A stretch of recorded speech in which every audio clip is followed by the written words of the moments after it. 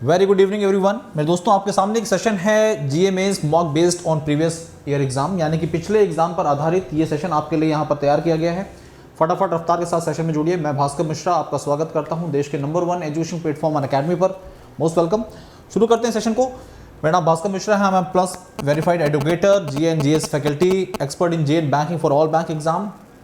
और सबसे खास बात इस समय आपके लिए चल रही है ये ऑफर। इस ऑफर पर ध्यान दीजिए मेरे दोस्तों। ये ऑफर आपके लिए 31 अगस्त तक है। भारी डिमांड पर बच्चों की इस ऑफर को एक्सटेंड किया गया है। अप टू 30% तक का, 30% तक का मेरे दोस्तों इस पर आपके लिए डिस्काउंट है। यानी कि आप पा सकते हैं किसी भी अनअकैडमी सब्सक्रिप्शन पर, यानी बैंक एग्जाम सब्सक्रिप्शन पर 30% तक का ऑफ। ये सारे बेनिफिट्स आपको यहाँ पर मेंशन किए गए हैं। आपको एक कोड यूज़ करना है और वो कोड है BPM10। BPM10 कोड इस्तेमाल करना है। किसी भी अनअकैडमी सब्सक्रिप्शन के लिए आप इस कोड का इस्तेमाल कर सकते हैं। रफ्तार के साथ सेशन में जुड़ जाइए, सेशन को शेयर करिए, इस ऑफर का फायदा उठाइए, क्योंकि 31 के बाद आपके लिए सब्सक्रिप्शन प्राइसेस बढ़ने वाली हैं। तो मेरे दोस्तों, नोट्स मिलते हैं आपको यहाँ पर, स्टडी मटेरियल मिलता है बैंक एग्जाम कैटेगरी के लिए। किसी भी एग्जाम की जब बात करते हैं, आइकॉनिक सब्सक्रिप्शन में ये सारी चीज़ें आपको फिजिकल फॉर्म यानी कि हार्ड कॉपी और एप्लीकेशन पर भी मिलती हैं। आइकॉनिक लर्नर्स को फिजिकल, हार्ड कॉपी और एप्लीकेशन पर सारे स्टडी मटेरियल मिलेंगे। मैगजीन एप्लीकेशन पर मिलेगी raise hand facility, ask a doubt and personalise solution, सब कुछ मिलता है आपको दोस्तों। ये जो कंटेंट आपको दिया जाता है लगभग 10,000 के करीब का है। आपको अनअकैडमी पर ये सब्सक्रिप्शन मेरे दोस्तों 13,799 का है। 30% तक का ऑफ चल रहा है। कोड यूज़ करिए BPM10, फटाफट एनरोल करिए अनअकैडमी से। मेरे दोस्तों, टॉप एडुकेटेड टॉप बैचेस आपके सामने हैं। हम अपना बैच लाते हैं जनरल अवेयरनेस का सुबह 11 बजे इस पूरी टीम के साथ। ये पूरी धांसू टीम है आपके एग्जाम के नज़रिए से। मेरे दोस्तों, इस पूरे बैच को तैयार किया गया। Himanshu sir reasoning, Mohanty sir आपको मैथमेटिक्स और मैम आपके लिए इंग्लिश का सेशन लाती हैं। सुबह 11 बजे कल जरूर जुड़ेगा प्लस कैटेगरी पर। टेस्ट सीरीज अनअकैडमी भी चल रही हैं। Reasoning test series, general awareness की सेक्शन टेस्ट सीरीज, और ये कोड आपके सामने है BPM10, इसका इस्तेमाल करिए। अनअकैडमी पर प्लस सब्सक्रिप्शन आपके लिए 8,999 का है, लेकिन इस समय अप टू 30% का ऑफ है। तो आपके लिए बहुत ही अच्छा मौका है अनअकैडमी से जुड़ने का। जब हम बात करते हैं आइकॉनिक सब्सक्रिप्शन की, सारी खासियत बता चुके हैं। 24 मंथ का सब्सक्रिप्शन 13,799 का है, लेकिन इस समय एक भारी भरकम ऑफ चल रहा है, आपके लिए मौका चल रहा है। तो इस मौके का फायदा उठा लीजिए। पहला सवाल आपके सामने आ चुका है। पुराना पेपर आप उठा के देखेंगे तो आपको ये क्वेश्चन मिलेगा एग्जाम में। किसी न किसी सेक्टर से संबंधित कोई ना कोई रेगुलेटरी बॉडी आपके एग्जाम में 1 नंबर का सवाल बना देती है। तो यहाँ पर जो सवाल है आपके सामने वो है क्या? क्रेडाई।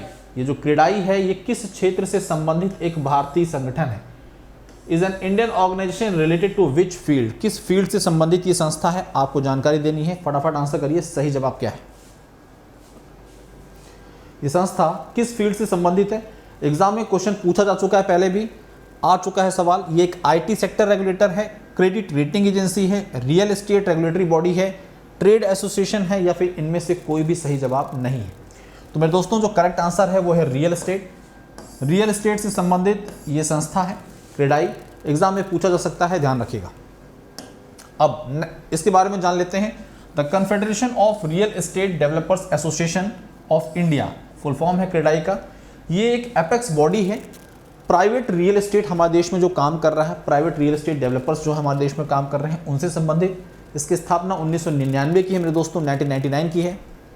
और हमारे देश में रियल एस्टेट का जो ढांचा है उसमें बदलाव लाने के नज़रिए से, उसे रफ्तार देने के नज़रिए से 1999 में इस एपेक्स बॉडी की स्थापना की गई थी।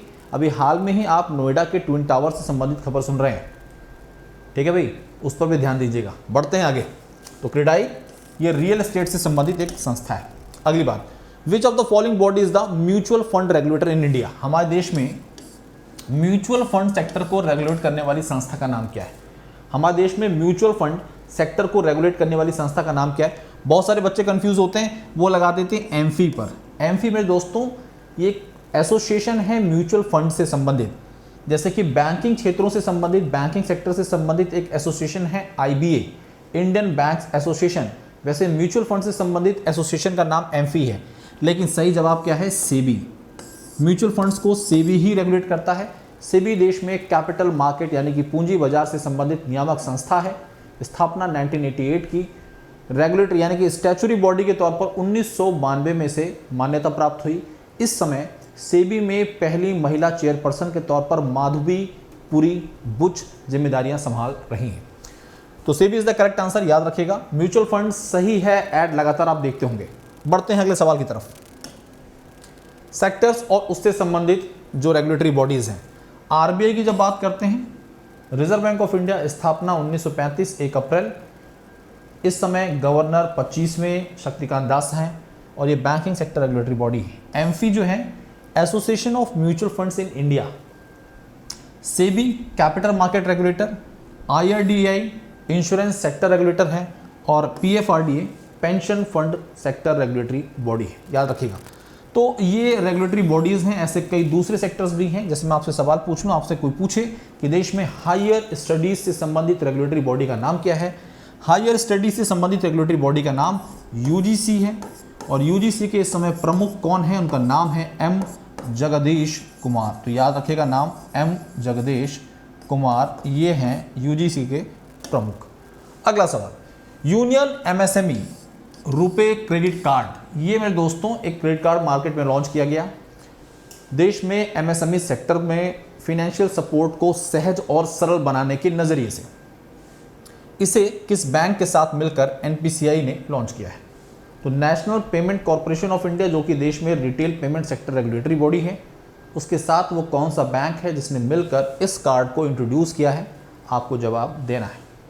सही जवाब जो है मेरे दोस्तों वो है union bank of India. Union bank of India जो है, इसमें इस समय चेयरमैन कौन है? कमेंट बॉक्स में आंसर करेगा। मुख्यालय मुंबई में। ठीक है भाई, अगले सवाल की तरफ चलें। आपको बताना है वो कौन है जिनको ग्लोबल पीस एम्बेसडर के तौर पर नियुक्त किया गया है, चुना गया है, for promoting peace through education, sports, art, culture and diplomacy. मतलब इन सब के माध्यम से शांति को बढ़ावा देने के लिए किसको, निम्नलिखित में से वो कौन है जिन्हें शांति राजदूत के तौर पर नामित किया गया है? मेरे दोस्तों वो एक सीरियल एंटरप्रेन्योर हैं और नाम है उनका बबीता सिंह। बबीता सिंह को मेरे दोस्तों नियुक्त किया गया है पीस एम्बेसडर के तौर पर, याद रखिएगा। आगे बढ़ते हैं। यहाँ पर साई किरण गौड़ और सिपुन जुड़ चुके हैं हमारे साथ। वैभव, तनिष्का, मोस्ट वेलकम, सभी का स्वागत, वेरी गुड इवनिंग। अगला सवाल, विच of the following is not a full time member of NITI Aayog? NITI Aayog के फुल टाइम मेंबर का नाम बताना है। अगर नाम पता होंगे तभी आप ये बता पाएंगे कि निम्नलिखित में से मेंबर कौन नहीं है। ठीक है भाई, नीति आयोग के स्ट्रक्चर के बारे में अभी जानकारी नहीं लेनी है, हमें बस जानना है नीति आयोग में फुल टाइम मेंबर के तौर पर निम्नलिखित में से कौन नहीं है। एक आंसर सही नहीं है बल्कि दो जवाब यहाँ पर सही है। अब देखिए, आप में से बहुत सारे बच्चे हैं जो सुमन के बैरी पे भी टिक लगा देंगे। सुमन के बैरी भी नीति आयोग के फुल टाइम मेंबर नहीं है। एक्चुअल में ये जो हैं ये इस समय वाइस चेयरमैन के पद पर है। अगली बात, विवेक देबरॉय भी फुल टाइम मेंबर नहीं है। ये इस समय prime minister PMEAC economic advisory council जो है उसके चेयरमैन है। उसके क्या है दोस्तों, ये चेयरमैन के तौर पर है। तो वीके पॉल ये हेल्थ सेक्टर से आते हैं, स्वास्थ्य से संबंधित क्षेत्र से जुड़े हुए हैं, एम्स के प्रमुख रह चुके हैं। वीके सारस्वत की जब बात करते हैं तो ये साइंस एंड टेक्नोलॉजी से जुड़े हुए हैं, साइंस एंड टेक से हैं। और रमेश चंद की जब बात करते हैं तो ये एग्रीकल्चर सेक्टर एक्सपर्ट हैं, एग्री एक्सपर्ट हैं। तो याद रखिएगा ये जो तीन नाम हैं ये तीनों फुल टाइम मेंबर हैं इस समय नीति आयोग में। तो आप लोगों के जवाब यहाँ पर गलत हो गए। विवेक देबरॉय नाम याद रखिएगा, प्रधानमंत्री की जो इकोनॉमिक एडवाइजरी काउंसिल है यानी कि आर्थिक मामलों पर जो समिति है उसके प्रमुख हैं। और सुमन के बैरी वाइस चेयरमैन है। अगला सवाल जो है ये संबंधित है एक पॉलिसी से, एक कैंपेन से। नाम है मेरी पॉलिसी मेरे हाथ। तो मेरे दोस्तों पॉलिसी का नाम क्या है? मेरी पॉलिसी मेरे हाथ। कैंपेन का नाम मेरी पॉलिसी मेरे हाथ है मेरे दोस्तों। ये प्रधानमंत्री फसल बीमा योजना से संबंधित एक कैंपेन था। निम्नलिखित में से किसके द्वारा इसे लॉन्च किया गया? इसके माध्यम से वो किसान जिनको PMFBY के तहत, प्रधानमंत्री फसल बीमा योजना के तहत लाभ मिला है, वो अगर बेनिफिशियरी हैं तो उससे संबंधित डॉक्यूमेंट्स को उनके घर तक पहुंचाया जाएगा इस कैंपेन के माध्यम से। इसे लॉन्च करने वाले कौन? नरेंद्र सिंह तोमर। सिपुन बिल्कुल सही जवाब। इस समय ये कृषि मंत्रालय संभाल रहे हैं। एग्रीकल्चर एंड वेलफेयर मंत्रालय इन्हीं के पास है, एग्री मिनिस्ट्री इन्हीं के पास है। मध्य प्रदेश के किस संसदीय क्षेत्र से सांसद हैं? मध्य प्रदेश में एक जगह है मुरैना, जहां से मेरे दोस्तों पान सिंह तोमर भी हुआ करते थे, वहीं से हैं ये सांसद। ठीक है भाई, आगे बढ़ते हैं। प्रधानमंत्री फसल बीमा योजना से संबंधित कई बातें हैं जो बड़ी काम की हैं, जैसे PMFBY प्रधानमंत्री फसल बीमा योजना कृषि से संबंधित, एग्रीकल्चर से संबंधित, किसानों से संबंधित बड़ी ही पॉपुलर स्कीम है। और इस मंत्रालय ने, ये जो एग्रीकल्चर मिनिस्ट्री है, इसने टेक्निकल सपोर्ट प्रोवाइड करने के लिए, क्या प्रोवाइड करने के लिए दोस्तों? टैक्स सपोर्ट प्रोवाइड करने के लिए, टैक्स सपोर्ट प्रोवाइड करने के लिए यूनाइटेड नेशन डेवलपमेंट प्रोग्राम के साथ हाथ मिलाया है। किस योजना में? प्रधानमंत्री फसल बीमा योजना और किसान क्रेडिट कार्ड में, KCC में। इस योजना को 18 फरवरी 2016 को लॉन्च किया गया था और CEO सरकार के द्वारा नियुक्त किए गए हैं इस योजना के लिए, सही इंप्लीमेंटेशन के लिए। नाम है इनका रितेश चौहान। रितेश चौहान की नियुक्ति हुई है। इंपॉर्टेंट पॉइंट है, पढ़ते रहिए, आगे बढ़ते रहिए। अगला सवाल आपके सामने है, what is the premium amount in प्रधानमंत्री जीवन ज्योति बीमा योजना? 2022 में इन सोशल सिक्योरिटी स्कीम से संबंधित कई बड़े परिवर्तन किए गए हैं। जैसे प्रीमियम में परिवर्तन हो चुका है। प्रधानमंत्री जीवन ज्योति बीमा, जो कि नेचुरल डेथ को भी कवर करने वाली एक बीमा है, एक योजना है, इसमें अब जो प्रीमियम राशि होती थी उसमें परिवर्तन कर दिया गया है, उसे बढ़ा दिया गया है। आपको बताना है कितना कर दिया गया है। 12 रुपये, 436, 330, 1000 या 250। सिपुन बोल रहे हैं यहाँ पर सेकंड ऑप्शन सही है, जो कि बिल्कुल दुरुस्त आंसर है। 436 इज द करेक्ट आंसर। पहले कितना हुआ करता था? पहले 330 हुआ करता था, अब इसे बढ़ाकर कितना कर दिया गया है? 436। कितने रुपए बढ़ाए गए हैं दोस्तों? 106 रुपये का इजाफा किया गया है। जीवन ज्योति बीमा योजना में आपसे अगर पूछ लिया जाए योजना कब की है, तो आप बोलेंगे 9 मई की है। 9 मई 2015 में इस योजना को लॉन्च किया गया था। कहाँ से लॉन्च किया गया था? कोलकाता से। किसने लॉन्च किया था? By prime minister PM Modi द्वारा लॉन्च किया गया था इस योजना को। अगली बात, इस योजना में मेरे दोस्तों आपको बेनिफिट कितना मिलता है? तो 2 लाख तक का बीमा है, 2 लाख तक का आपका इंश्योरेंस होता है। लेकिन एज लिमिट कोई पूछे आपसे, तो एज लिमिट क्या है इसमें? एज लिमिट मेरे दोस्तों इस योजना के अंतर्गत है 18 से 50 वर्ष, 18 to 50 ईयर्स, ये इसमें एज लिमिट है। तो ध्यान रखिएगा, ये सारी बातें बड़ी ही काम की हैं, एग्जाम के नज़रिए से इंपॉर्टेंट हैं। पढ़ते रहिए, आगे बढ़ते रहिए। तो जितनी बातें यहाँ पर लिखी गई हैं इनको ध्यान से पढ़ लीजिएगा। योजना कब लॉन्च की गई है, प्रीमियम कितना बढ़ा दिया गया है, एज लिमिट क्या है, कितना इंश्योरेंस अमाउंट मिलता है इसमें, ये सारे पॉइंट्स बड़े काम के हैं। Next question, what is the maximum pension in Atal pension योजना? अटल पेंशन योजना के अंतर्गत मैक्सिमम पेंशन आपको कितनी मिलती है? इस योजना के अंतर्गत आपको मैक्सिमम पेंशन कितनी मिलती है, फटाफट बताइए कमेंट बॉक्स में।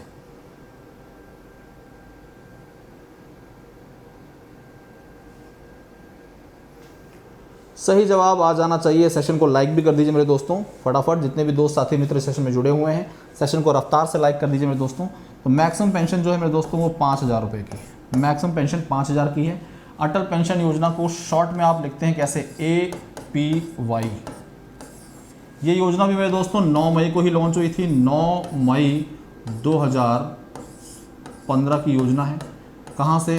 कलकत्ता। सेम सारी कहानी है प्रधानमंत्री नरेंद्र मोदी जी द्वारा। अटल पेंशन योजना की जब बात करते हैं तो मिनिमम पेंशन 1000 है। और अभी हाल में ही जो इनकम टैक्स पेयर्स हैं, इनकम टैक्स पेयर्स, उनको इस योजना से एक्सक्लूड कर दिया गया है। इनकम टैक्स पेयर्स जो हैं उन्हें अब एक्सक्लूड कर दिया गया है इस योजना से। कब से, किस डेट से? 1 अक्टूबर 2022 से मेरे दोस्तों ये इम्प्लीमेंट हो जाएगा। बड़ा ही काम का पॉइंट है, ध्यान रखिएगा। अटल पेंशन योजना में अब इनकम टैक्स पेयर्स बेनिफिशियरी नहीं रहेंगे, इन्हें एक्सक्लूड कर दिया गया है। इस नए नियम को इम्प्लीमेंट किया जा रहा है 1 अक्टूबर 2022 से। ठीक है भाई, बढ़ते हैं आगे, चलते हैं अगले सवाल पर। What is the maximum amount that can be deposited under Sukanya Samriddhi scheme in a year? एक वर्ष में सुकन्या समृद्धि योजना के अंतर्गत आप कितना पैसा जमा कर सकते हैं? कितना पैसा जमा कर सकते हैं? फटाफट आंसर करिए।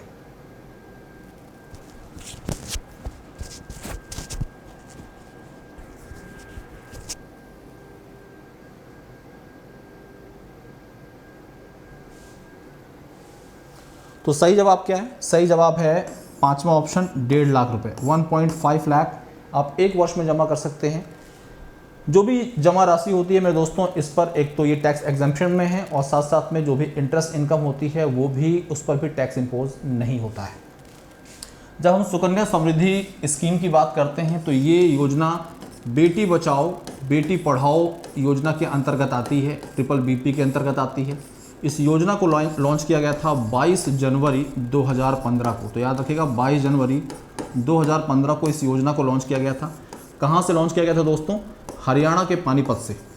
तो हरियाणा के पानीपत जिले से इस योजना की शुरुआत की गई थी। सारी बेसिक बातें आपके लिए यहाँ पर लिख दी गई हैं। हरियाणा के पानीपत से मेरे दोस्तों इस योजना को लॉन्च किया गया था। जो भी दोस्त साथी मित्र सेशन में जुड़े हुए हैं, सेशन को शेयर कर दें, लाइक कर दें मेरे दोस्तों। वो कौन सा भारतीय राज्य है जिसके द्वारा सबसे ज़्यादा PMJDY खाते खोले गए? प्रधानमंत्री जनधन योजना अकाउंट मैक्सिमम मेरे दोस्तों किस स्टेट में ओपन किए गए हैं? फटाफट आंसर करिए। PMJDY खाते, प्रधानमंत्री जनधन अकाउंट सबसे ज़्यादा किस राज्य में खोले गए हैं, किस राज्य में ओपन किए गए हैं? आंसर क्या है? करेक्ट आंसर मेरे दोस्तों है उत्तर प्रदेश, यूपी में। लगभग अप्रॉक्स अभी अगर हम बात करें तो 8 करोड़ अकाउंट लगभग ओपन कर दिए गए हैं। ठीक है भाई। और टोटल इस योजना के अंतर्गत जो खाते खुल चुके हैं वो 45 करोड़ से ऊपर है, 45 करोड़ से ऊपर ये खाते खुल चुके हैं, ये भी ध्यान रखिएगा। कल 28 तारीख थी, 28 अगस्त थी। 28 अगस्त 2014 को मेरे दोस्तों इस योजना की शुरुआत की गई थी। इस योजना ने कल 8 वर्ष पूरे कर लिए हैं, 8 ईयर्स कंप्लीट कर लिए। जो भी साथी यहाँ पे जुड़े हुए हैं सेशन को लाइक कर दीजिए दोस्तों। केंद्र सरकार, गवर्नमेंट ऑफ इंडिया और विश्व बैंक, वर्ल्ड बैंक की जब बात करते हैं तो किन राज्यों के साथ मिलकर एक योजना को इन्होंने स्टार्ट किया है? $115 मिलियन की ये प्रोग्राम है, रिवॉर्ड प्रोग्राम आपको बताना है। मतलब एक प्रोग्राम है जिसका नाम है रिवॉर्ड प्रोग्राम, जो कि वाटरशेड प्रोग्राम से संबंधित है। हमारे देश में सिंचाई कृषि के क्षेत्र में वाटरशेड जो प्रोग्राम होता है इसको बढ़ावा देने के नज़रिए से इस योजना को शुरू किया गया है। इसमें भारत सरकार, विश्व बैंक और कौन से राज्य शामिल हैं आपको ये बताना है, वो कौन से स्टेट शामिल हैं आपको ये जानकारी देनी है।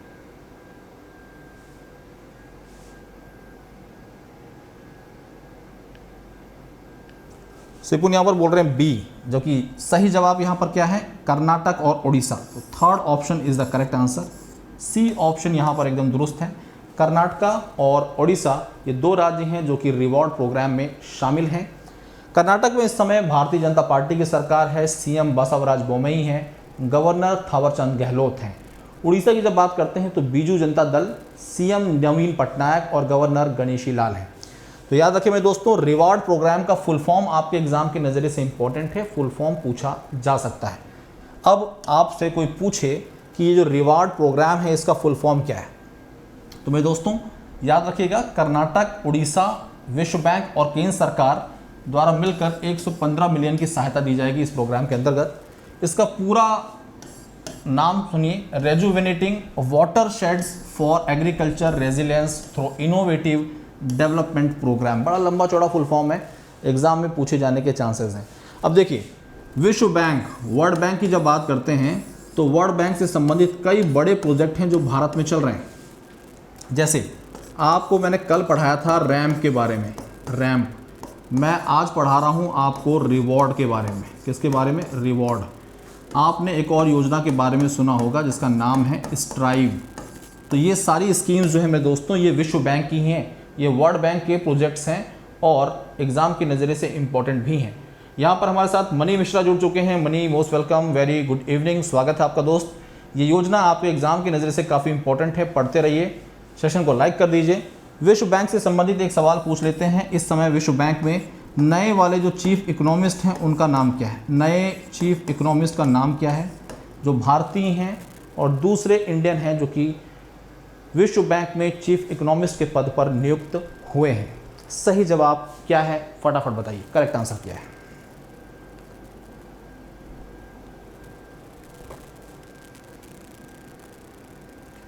तो सही जवाब जो मेरे दोस्तों उनका नाम है इंदरमीत गिल। क्या नाम है? इंदरमीत गिल। इंद्रमीत गिल करेक्ट आंसर, ध्यान रखिएगा। दूसरे इंडियन, कोई पूछे फर्स्ट इंडियन कौन था तो बोलेंगे कौशिक बसु। कौशिक बसु पहले भारतीय थे जो कि विश्व बैंक में मुख्य अर्थशास्त्री के तौर पर थे। इस समय ट्विटर में सीईओ का पद पर कौन है? देखिए जैक डॉर्सी का तो अब पुराना नाम हो चुका है, बोर्ड में भी नहीं है जैक डॉर्सी। एलन मस्क पूरी तरह से छाए हुए हैं। लेकिन सीईओ की जब बात की जाती है कि चिड़िया, जो कि चिड़िया हमेशा बवाल मचाती रहती है, अभी अरविंद केजरीवाल और असम के चीफ मिनिस्टर हिमंत बिश्वा शर्मा के बीच में चिड़िया खेल रही है। ठीक है भाई, तो ट्विटर के वर्तमान सीईओ कौन है? तो वर्तमान सीईओ इस समय पराग अग्रवाल है। कौन है भाई? पराग अग्रवाल, सी ऑप्शन यहाँ पर एकदम दुरुस्त है। साई किरण गौड़, बिल्कुल सही जवाब। गिल साहब, आपने जो बताया पिछले सवाल के बारे में एकदम सही जवाब है। अगले सवाल पे चलते हैं हम लोग। Who is the president of wrestling federation of India? इस समय हमारे देश में जो कुश्ती महासंघ है, कुश्ती महासंघ है, इसके अध्यक्ष कौन है? योगेश्वर दत्त, ब्रिजभूषण सिंह, जगबीर सिंह, सतिंदर मलिक, सुशील कुमार। करेक्ट आंसर क्या है? दूसरी बात, जब हम कुश्ती की बात करते हैं, इंडियन रेसलिंग की बात करते हैं, भारतीय कुश्ती की बात करते हैं, तो इस खेल को कौन सा स्टेट 10 वर्षों के लिए स्पॉन्सर कर रहा है? वो कौन सा स्टेट है जो कि 10 ईयर्स के लिए, 10 वर्षों के लिए स्पॉन्सर कर रहा है? आपको जानकारी देनी है। स्पॉन्सर कर रहा है, आपको बताना है। तो वो कौन सा स्टेट है भाई? तो 10 वर्षों के लिए मेरे दोस्तों उत्तर प्रदेश, यूपी स्पॉन्सर कर रहा है। ध्यान रखिएगा, भारतीय कुश्ती महासंघ की जब बात की जाती है। ब्रिजभूषण सिंह इस समय इस खेल महासंघ के प्रमुख हैं, भारतीय कुश्ती महासंघ के प्रमुख हैं। भारतीय जनता पार्टी से सांसद भी हैं। वो कौन सा कंट्री है जिसके द्वारा मेरे दोस्तों क्वाड लीडर सम्मेलन को 2022 में होस्ट किया गया? Which country hosted the quad leader summit? और उनके बारे में भी बताइएगा जिनकी दिमाग की उपज थी, ये क्वाड ग्रुप, जिनका हाल में ही निधन हुआ मेरे दोस्तों, दुखद घटना। भारत की जब बात करते हैं तो हमारे देश में जो सर्वोच्च नागरिक पुरस्कार है, सर्वोच्च नागरिक पुरस्कार जब बात करते हैं, भारत रत्न है, उसके बाद पद्म विभूषण आता है, पद्म भूषण आते हैं, पद्म पुरस्कार से उनको सम्मानित भी किया गया है। तो करेक्ट आंसर जापान के द्वारा होस्ट किया गया, और जापान के पूर्व प्रधानमंत्री शिंजो आबे की बात कर रहा हूं मैं। शिंजो आबे साहब के ही दिमाग की उपज था क्वाड ग्रुप। 1.5 महीने पहले मेरे दोस्तों गोली मारकर उनकी हत्या हो गई, आपको पता होगा, और बवाल मचा था काफ़ी कि चाइना इसके पीछे है, और भी कई खबरें आई थी। अब 75th edition of World Health Assembly, 75th edition of World Health Assembly, इसको मेरे दोस्तों निम्नलिखित में से किस जगह पर आयोजित किया गया? किस स्थान पर इसका आयोजन हुआ? आंसर करिए। हम बात कर रहे हैं एक तरह से देखा जाए तो WHO के बारे में, वर्ल्ड हेल्थ ऑर्गेनाइजेशन की चर्चाएं हो रही हैं। इसी के द्वारा विश्व स्वास्थ्य सभा का आयोजन किया जाता है। 75वां 75th ये संस्करण था मेरे दोस्तों। निम्नलिखित में से किस स्थान पर आयोजित किया गया? करेक्ट आंसर जो है वो है जेनेवा। जेनेवा में इसका आयोजन हुआ। WHO का मुख्यालय, WHO का हेडक्वार्टर भी मेरे दोस्तों जेनेवा में ही है। स्थापना के बारे में जब बात करते हैं तो 7 अप्रैल 7 अप्रैल 1948 स्थापना है। प्रमुख की जब बात करते हैं तो डॉक्टर टेड्रोस एडहोनम जो है, ये इस समय डायरेक्टर जनरल हैं, DG हैं इसके भाई WHO के। आपसे कोई पूछे कि विश्व स्वास्थ्य दिवस कब होता है तो 7 अप्रैल को होता है या 8 अप्रैल को होता है, कमेंट बॉक्स में जरूर बताइएगा। दूसरी बात, आपसे अगर ये पूछ लिया जाए कि इस बार जो विश्व स्वास्थ्य दिवस मनाया गया, इसका थीम क्या था, तो आर प्लैनेट आर हेल्थ, ये थीम थी WHO की। अगले सवाल में चले हम लोग। विच ऑफ द फॉलोइंग ग्रुप, निम्नलिखित में से वो कौन सा ग्रुप है या फिर person won Global Health Leader Award at World Health Assembly? विश्व स्वास्थ्य सभा के दौरान मेरे दोस्तों अंतर्राष्ट्रीय स्तर पर ग्लोबल हेल्थ लीडर्स अवार्ड दिया जाता है। निम्नलिखित में से वो कौन सा ग्रुप है या कौन सा नाम है जिनको इस अवार्ड से सम्मानित किया गया? सही जवाब क्या है? करेक्ट आंसर आशा वर्कर, बिल्कुल सही जवाब साईं आपका। आशा वर्कर की जब बात करते हैं तो ये वो वर्कर्स हैं जो कि घर घर तक स्वास्थ्य जो योजनाएं हैं बच्चों से संबंधित उनकी जानकारी लेकर पहुंचाती हैं। आपने देखा होगा मेरे दोस्तों, फुल फॉर्म कोई पूछे आशा वर्कर्स के बारे में, आशा का फुल फॉर्म क्या होता है? Accredited social health activist, exam में पूछा जा सकता है। Workers have received the global Health Leader award 2022। Important सवाल है, एग्जाम में आने की संभावनाएं हैं। ठीक है भाई, बढ़ते हैं आगे, चलते हैं अगले सवाल पर। अगला क्वेश्चन आपके सामने है, एक रिपोर्ट चाइल्ड अलर्ट रिपोर्ट की जब बात की जाती है, इस रिपोर्ट को मेरे दोस्तों निम्नलिखित में से किस ऑर्गेनाइजेशन के द्वारा रिलीज किया गया? हाल की ही खबर है, चाइल्ड अलर्ट रिपोर्ट कौन सी वो संस्था है जिसके द्वारा रिलीज किया गया है? 5 ऑप्शन, आंसर करिए फटाफट। सही जवाब क्या है?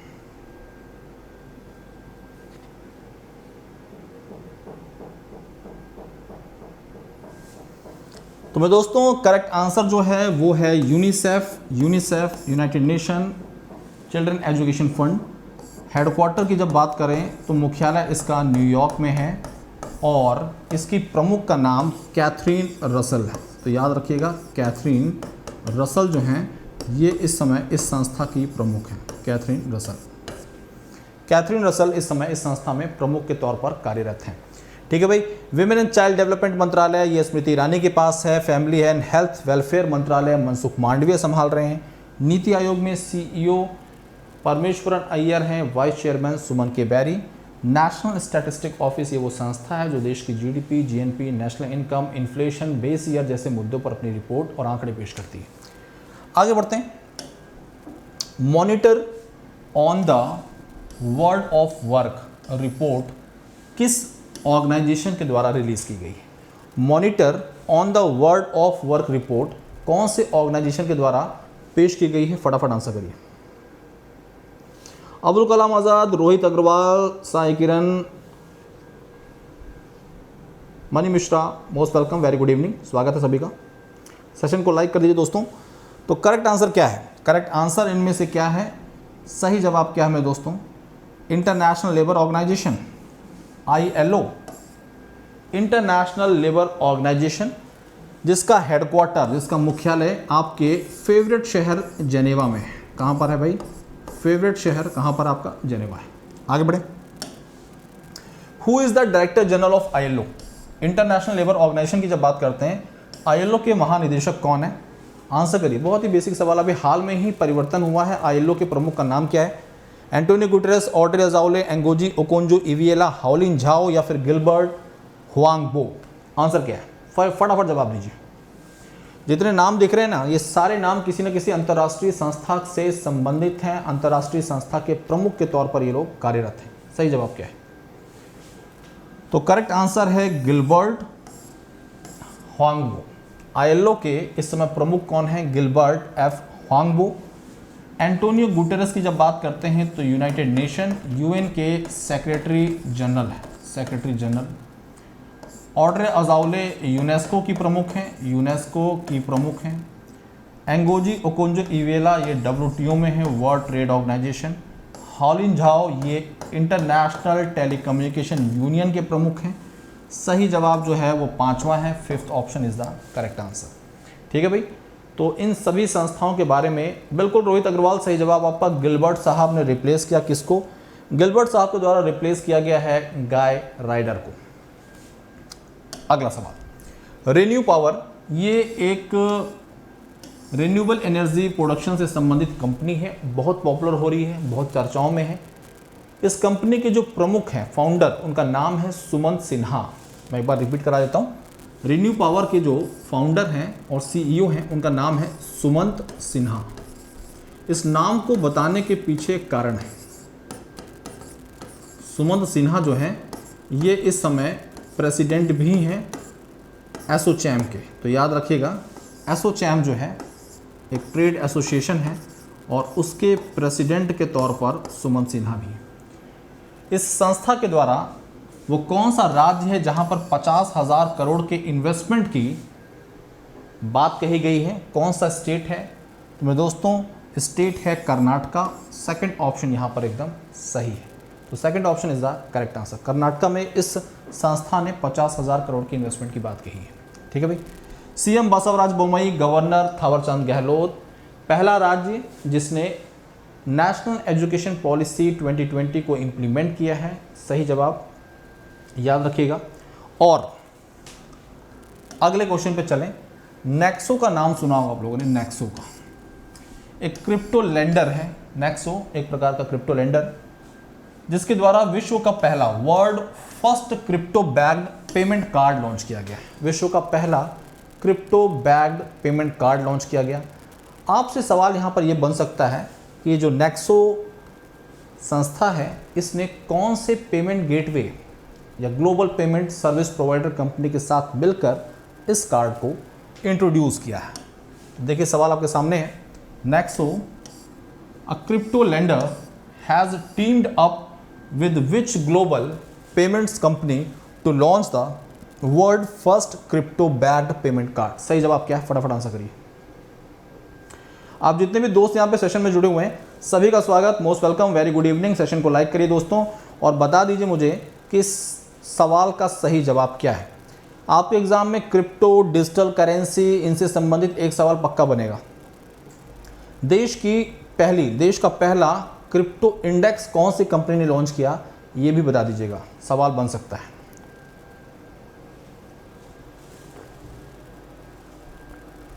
आंसर करिएगा। नेक्सो क्रिप्टो लेंडर किसने भाई, किसके साथ? तो सही जवाब है, सही जवाब है मास्टर कार्ड। क्या नाम है? Master card is the correct answer. Master card is the correct answer.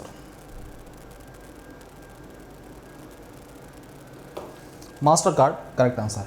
Master card मेरे दोस्तों एक अमेरिकन कंपनी है, अमेरिकन कंपनी है। इस संस्था की जब बात करते हैं तो माइकल मिबाक इस समय सीईओ हैं और अजय पाल सिंह बंगा इस संस्था में एग्जीक्यूटिव डायरेक्टर की पोस्ट पर हैं। विश्व की सबसे पहली, सबसे बड़ी कंपनियों में से एक कंपनी है जो कि global payment service provider company के तौर पर काम करती है। अभी हाल में ही रिजर्व बैंक ऑफ इंडिया के द्वारा इस संस्था के ऊपर से पाबंदियों को हटा लिया गया है जो कि डेटा स्टोरेज से संबंधित नियमों के उल्लंघन करने के कारण 2021 जुलाई के महीने में लगाई गई थी। आगे बढ़ते हैं। विच of the following regulatory body launch the ideathon named मंथन। ये मंथन नाम का मेरे दोस्तों एक आइडियाथॉन जिसको निम्नलिखित में से किस रेगुलेटरी बॉडी के द्वारा लॉन्च किया गया है? आंसर करिए। रोहित अग्रवाल लंदन बता रहे हैं यहाँ पर। लंदन में मुख्यालय नहीं है मास्टर कार्ड का, अमेरिकन कंपनी है, ठीक है, गलती मत करिएगा एग्जाम में।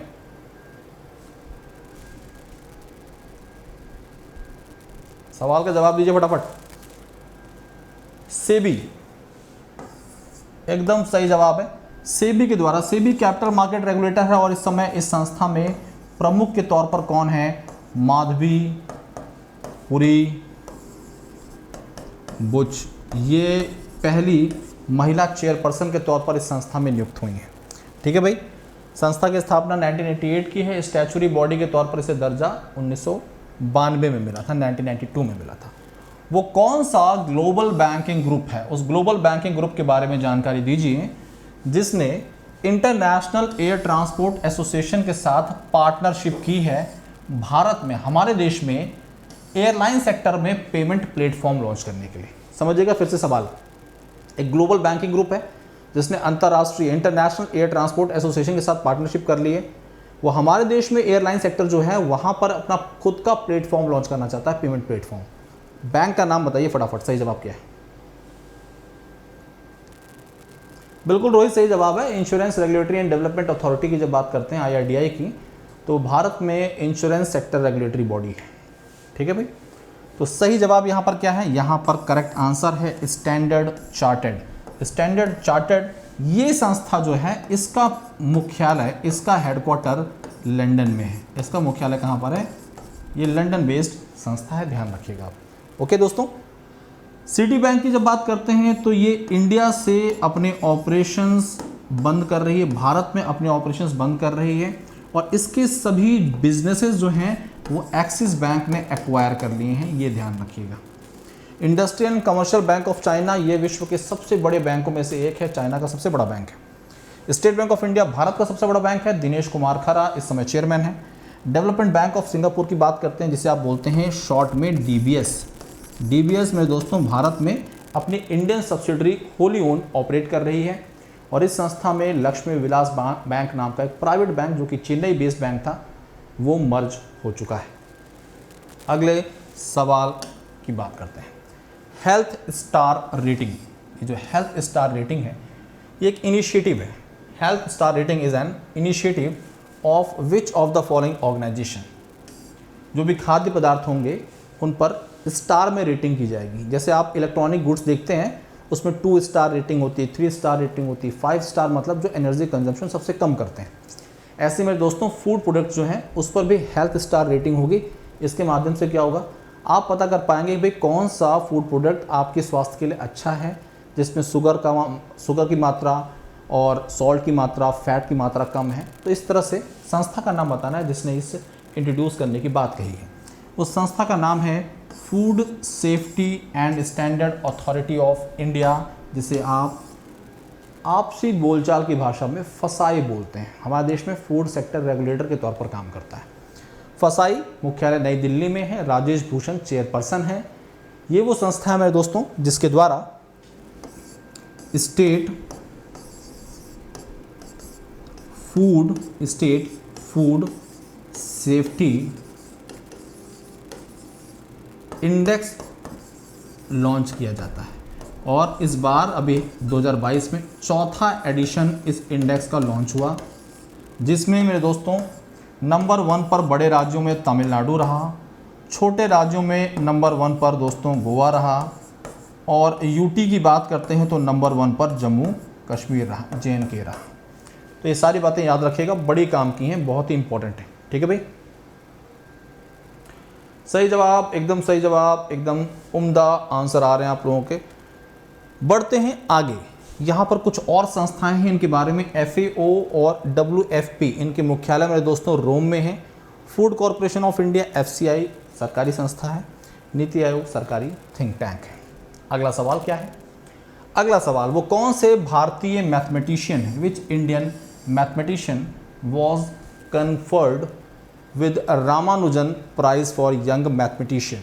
तो मेरे दोस्तों आपको बताना है यंग मैथमेटिशियन 2021 अवार्ड से निम्नलिखित में से किसको सम्मानित किया गया है? वो कौन सी भारतीय हैं जिनको सम्मानित किया गया है? रामानुजन साहब देश में ग्रेट मैथमेटिशियन के तौर पर जाने जाते हैं।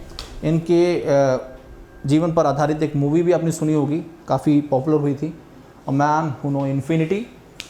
और आगे बढ़ें, इन्हीं के जन्मदिन पर 22 दिसंबर को देश में राष्ट्रीय गणित दिवस मनाया जाता है, नेशनल मैथमेटिक्स डे मनाया जाता है 22 दिसंबर को।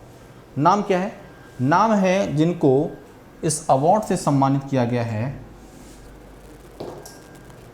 नाम है फोर्थ नीना गुप्ता। नीना गुप्ता सही जवाब। ये मेरे दोस्तों चौथी इंडियन है, फोर्थ इंडियन है जिनको इस अवार्ड से सम्मानित किया गया है, फोर्थ इंडियन। आपसे कोई पूछे फर्स्ट इंडियन कौन है, तो मेरे दोस्तों फर्स्ट इंडियन की जब बात करते हैं, पहली भारतीय जिनको सम्मानित किया गया रामादुरई सुजाता, और किस वर्ष में? वर्ष 2006 में। लेकिन अगर कोई पूछे कि फर्स्ट अवॉर्डी कौन है, पहला अवॉर्डी, तो फर्स्ट अवॉर्डी मेरे दोस्तों मार्सेलो वियना है। फर्स्ट अवॉर्डी जो हैं वो मार्सेलो वियना है। एक इटालियन संघ है जिसके द्वारा इस अवार्ड का स्थापना किया गया था 2004 में। पहली बार मार्सेलो वियना को 2005 में इस अवार्ड से सम्मानित किया गया।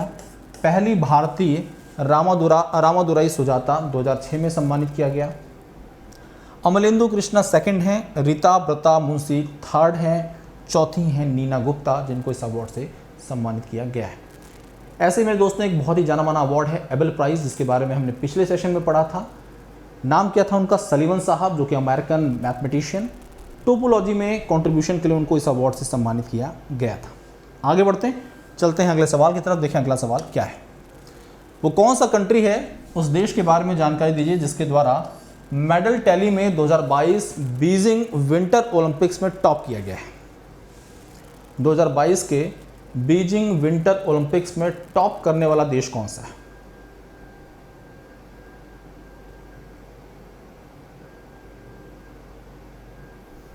आंसर करिए फटाफट। और आपको यह भी बताना है कि 2026 में जो विंटर ओलंपिक्स होंगे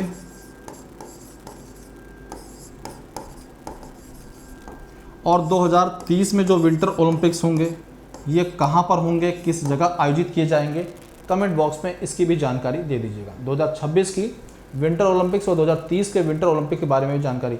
Sejal Gupta, very good evening, स्वागत है बच्चे आपका, कैसे हो। और रोहित अग्रवाल का जवाब आया है नॉर्वे। नॉर्वे लगातार दूसरी बार मेरे दोस्तों मेडल टैली में नंबर 1 पर रहा। अगली बात, एक और बात बताते हैं आपको, जर्मनी दूसरे नंबर पर रहा था। 2026 का विंटर ओलंपिक इटली में आयोजित किया जाएगा, कहाँ पर, इटली में। और 2030 का विंटर ओलंपिक जापान में आयोजित किया जाएगा, कहाँ पर, जापान में। ठीक है भाई। 2023 में एशियन गेम्स जो होते हैं वो चाइना के ह्वांगझो में आयोजित किए जाएंगे, ये भी ध्यान रखेगा। 26 में कॉमनवेल्थ गेम ऑस्ट्रेलिया में आयोजित किए जाएंगे। 32 वाले Olympics, summer Olympics Brisbane Australia में हो। तो ये सारी बातें आपके एग्जाम में सवाल बना देती हैं। चलें आपको लेकर अगले सवाल तक। अगला सवाल, खजुराहो डांस फेस्टिवल बड़ा ही फेमस फेस्टिवल है। खजुराहो डांस फेस्टिवल एक फेमस इवेंट है। आपको बताना है कौन से भारतीय राज्य में आयोजित किया जाता है। खजुराहो मेरे दोस्तों एक स्थल भी है, आपकी जानकारी के लिए बता दें, और वो स्थल वर्ल्ड हेरिटेज साइट के तौर पर रिकॉग्नाइज किया गया है यूनेस्को के द्वारा। किस भारतीय राज्य में है, वो है मध्य प्रदेश में, एमपी में है। थर्ड ऑप्शन यानी कि सही है। और आपकी जानकारी के लिए बता दें, मध्य प्रदेश का एक जिला है छतरपुर, नाम है उसका, क्या नाम है, छतरपुर।